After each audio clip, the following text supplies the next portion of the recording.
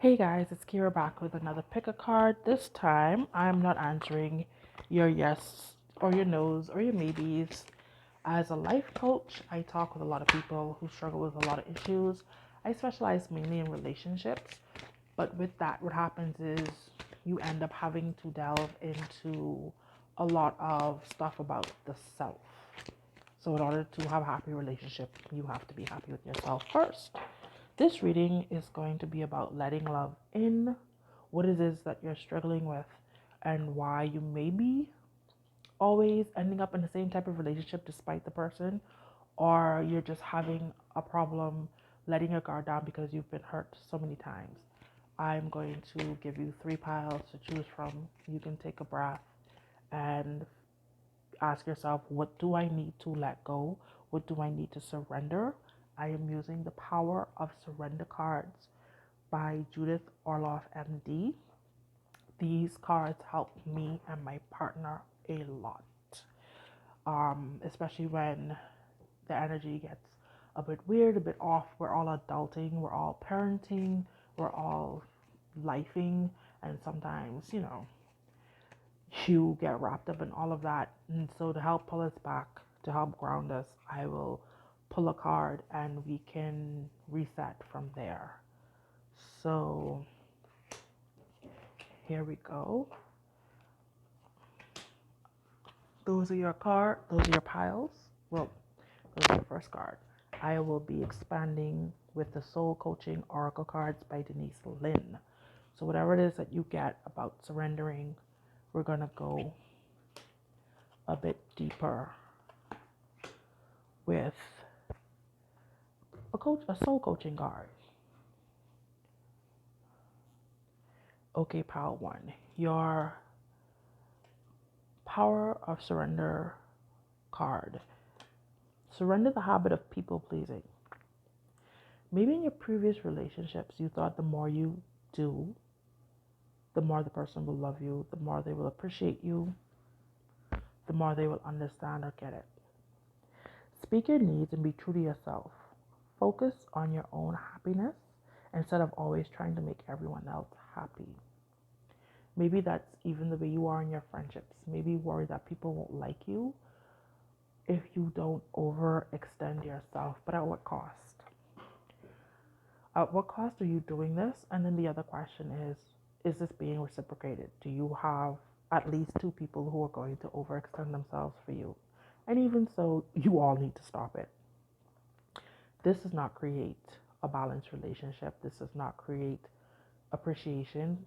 In most cases, it will create a situation where someone will find it easy to walk all over you or expect you to always come through with them with no expectation of the same from them. You find very few people who understand that this is what you're like, and so they will do their best not to take advantage. A lot of times, you'll just find some people who will just coldly take advantage and be like, oh, well, I'll just let this person do it because they always come through. Every time you message them, they answer, they're there, they come running, and that, like, how do you feel? How is this making you feel? Is this fulfilling you or is this draining you? Is it satisfying you, or is it just making you completely exhausted and frustrated with the world as you hope for someone to do the same for you? A few self-care tips I'd like to encourage people in: coloring books, meditating, creating vision boards to help you stay focused on what it is you need to focus on, and sitting in silence. Let's expand on this people pleasing voyage. Oh, these purples. These purples and blues.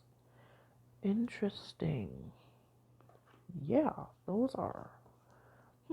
Purple and blue may be important. And the white. The purple, the blue, and the white may be important.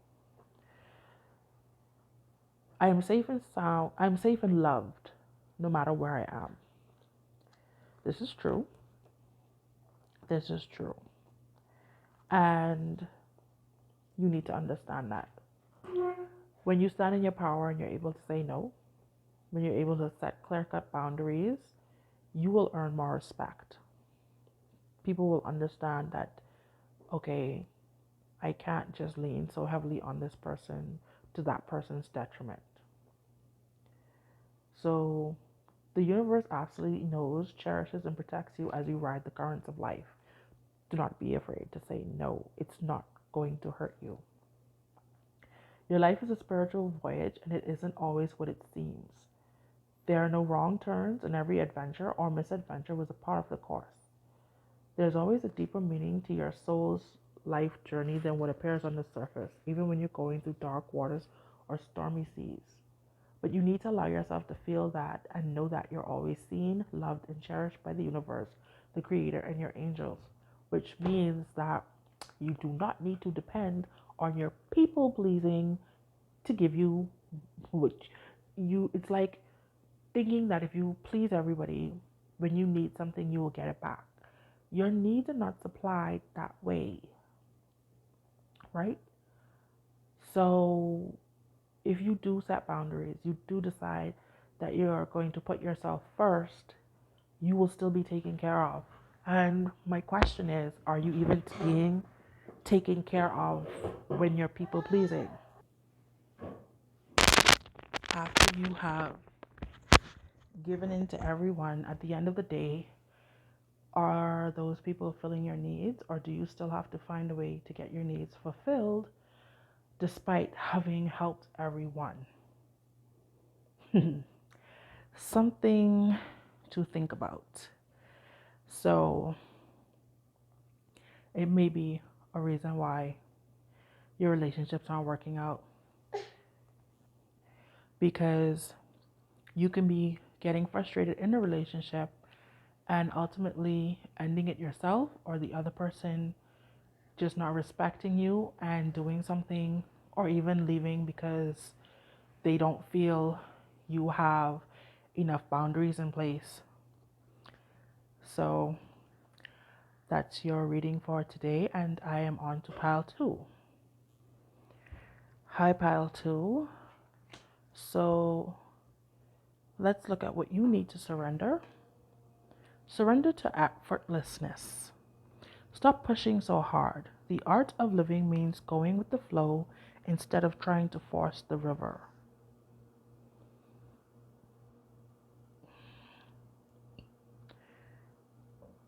Let's see what grace. I graciously accept the infinite love of the universe.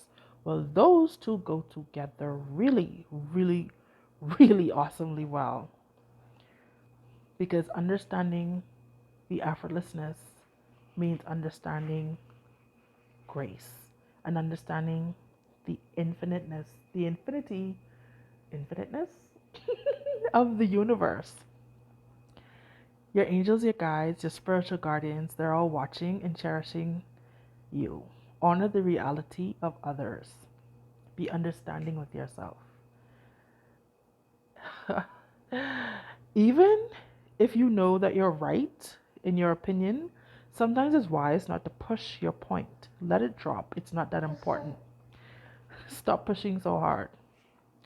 So there you have, even in the bid to show that you're right, it's not even worth it. A lot of times the person will realize it anyway. Sometimes your intensity and pushing to be right creates a funky vibe with the other person, or a weird energy, so they're not hearing you. So the creator knows the truth of the situation, even if others don't. There are times to be starkly honest, and there are times to not be. Hear the truth of others without the overlay of your own opinions, but speak with love, kindness, and diplomacy, and be kind to yourself and cherish your path. So, see, going with the flow doesn't always mean giving in or getting into something that's not in alignment with your personal beliefs or vibe. Sometimes it just means being quiet. Speak your piece and be quiet. You know, um, that's all we can do sometimes, because it doesn't really pay to get all huffy, to keep pushing. it's the energy. So the energy you want to receive a lot of times has to be the energy that you put out. So surrender to the ease and grace of living, of being in this existence and moving through different circles and different paths without getting bent out of shape. So you can go with the flow and still maintain who you are and maintain what you stand for without losing yourself. I promise you. I promise you that you can. That's your pile. That's your reading pile 2, and I'm on to pile 3. Okay, pile 3, let's see what you need to focus on surrendering. We have surrender to setting limits. Wow, the 3 of these have been kind of similar. It is healthy to set boundaries in relationships. Practice expressing your needs and remember that no is a complete sentence, which is something I just said today in an earlier reading. Wow. Maybe that's something from me to take note of. So, yes, surrender to setting limits.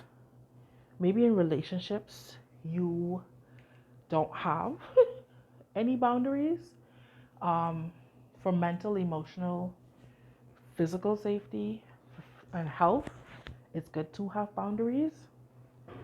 Um, let's see. Playfulness. My joy is the greatest gift that I give to others. Now, those may seem totally opposite to each other. But setting boundaries isn't about being square, about being serious, about being so boring and straight laced. You can let your inner child out to play, but know how far you're going to allow things to go. Playfulness is absolutely necessary for your health and well-being. It's as important as the food you eat and the thoughts you think. So if you think responsibilities and hard work have made playfulness a low priority for you, it's time to have some fun. So not only in relationships, this could apply to setting limits with work, with friendships, all those things. Setting limits within life where you constantly have to be so focused and intense and forgetting that all work and no play can make lifing even more fucked up than it has to be, for want of a better way to put it.